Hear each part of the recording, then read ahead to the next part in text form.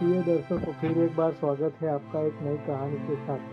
प्रिय दर्शकों, आज हम एक दिल छू लेने वाली धार्मिक कहानी लेकर हाजिर हुए हैं। अगर आपको सनातन हिंदू संस्कृति पर सच्ची श्रद्धा और गर्व है तो कहानी को अंत तक जरूर देखें और हमारे चैनल को सब्सक्राइब जरूर करें।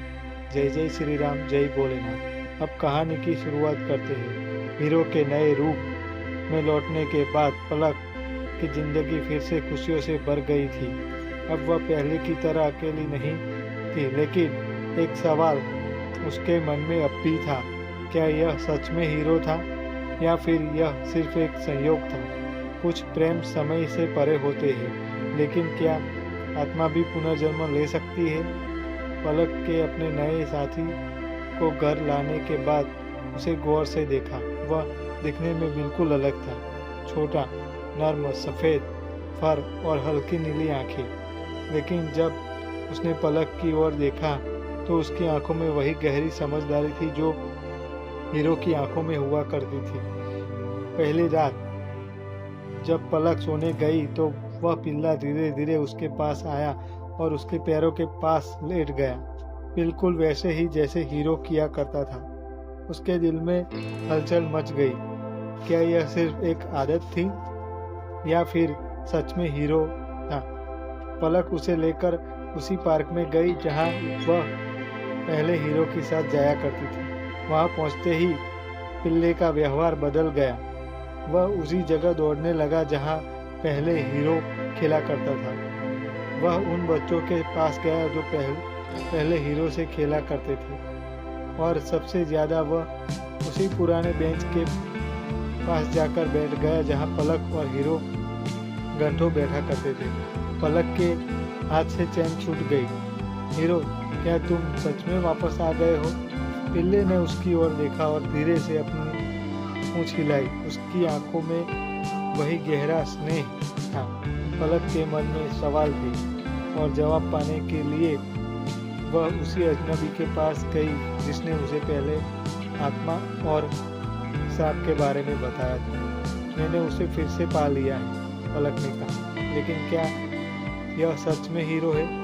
अजनबी ने मुस्कुराकर कहा, कुछ आत्माएं इतनी शक्तिशाली होती है कि वे अपने प्रियजनों के पास लौटने का रास्ता खोज लेती है। पर कैसे? क्या आत्माएं पुनर्जन्म ले सकती है? कुछ नहीं बदलता, पलक, अजनबी ने जवाब दिया। बस रूप बदलते हैं, लेकिन प्रेम कभी नहीं बदलता। उसके शब्दों में गहराई थी, लेकिन पलक के मन में अब भी शंका थी। कुछ हफ्तों बाद पलक को एक अजीब एहसास होने लगा। रात में वह अपने अपार्टमेंट में हल्की हल्की सरसराहट सुनती थी। कभी कभी उसे लगता था कि कोई उसे देख रहा है। और फिर एक रात जब वह सो रही थी, उसने वही पुरानी डरावनी आवाज सुनी। मैं वापस आ गया हूँ। पलक का पूरा शरीर कांप उठा।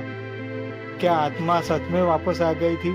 अगली रात पलक को सपने में वही पुराना मंदिर दिखा जहां उसने आत्मा को खत्म किया था। लेकिन इस बार मंदिर के दरवाजे खुले थे और वहां से वही परछाई निकल रही थी। तुमने सोचा था कि तुम जीत गई। पलक हड़बड़ाकर उठ गई। उसने देखा कि पिल्ला दरवाजे की ओर देख रहा था और गुर्रा रहा था। पलक को एहसास हुआ कि यह लड़ाई अब भी खत्म नहीं हुई थी। पलक और हीरो अगले दिन मंदिर गए। जैसे ही वे मंदिर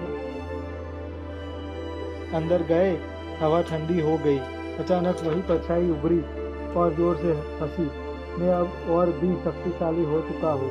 पलक डर गई, लेकिन इस बार वह अकेली नहीं थी। हीरो आगे बढ़ा और जोर से भौंकने लगा। उसकी आंखों में फिर से वही नीली रोशनी चमकने लगी। यह कोई साधारण कुत्ता नहीं था, एक योद्धा था। आत्मा ने हमला किया, लेकिन इस बार हीरो पहले से ही भी ज्यादा मजबूत था। उसने परछाई पर छलांग लगाई और अपनी पूरी शक्ति से हमला किया। एक भयंकर लड़ाई शुरू हो गई। पलक ने देखा कि हीरो की आंखों में अब कोई डर नहीं था, बस संकल्प था। पलक को हमेशा के लिए बचाने का संकल्प। आखिरी वार करते ही हीरो और आत्मा दोनों एक चमकदार रोशनी में लुप्त हो गए। जब रोशनी खत्म हुई तो मंदिर शांत था, परछाई गायब हो चुकी थी। पलक ने चारों ओर देखा, लेकिन हीरो हीरो कहीं नहीं था। उसके दिल में एक अजीब सा खालीपन आ गया। हीरो, उसने पुकारा। कोई जवाब नहीं आया। उसकी आंखों में आंसू थे। क्या तुम फिर से चले गए? लेकिन तभी हवा में हल्की सरसराहट हुई और पलक को महसूस हुआ हीरो कभी उसे छोड़कर नहीं गया था, क्योंकि कुछ प्रेम कभी खत्म नहीं होते, ये हमेशा अनंत रहते हैं। प्रिय दोस्तों, आपको यह कहानी कैसी लगी कमेंट करके जरूर बताएं और ऐसी ही मज़ेदार कहानियाँ सुनने के लिए हमारे चैनल को सब्सक्राइब जरूर करें। धन्यवाद।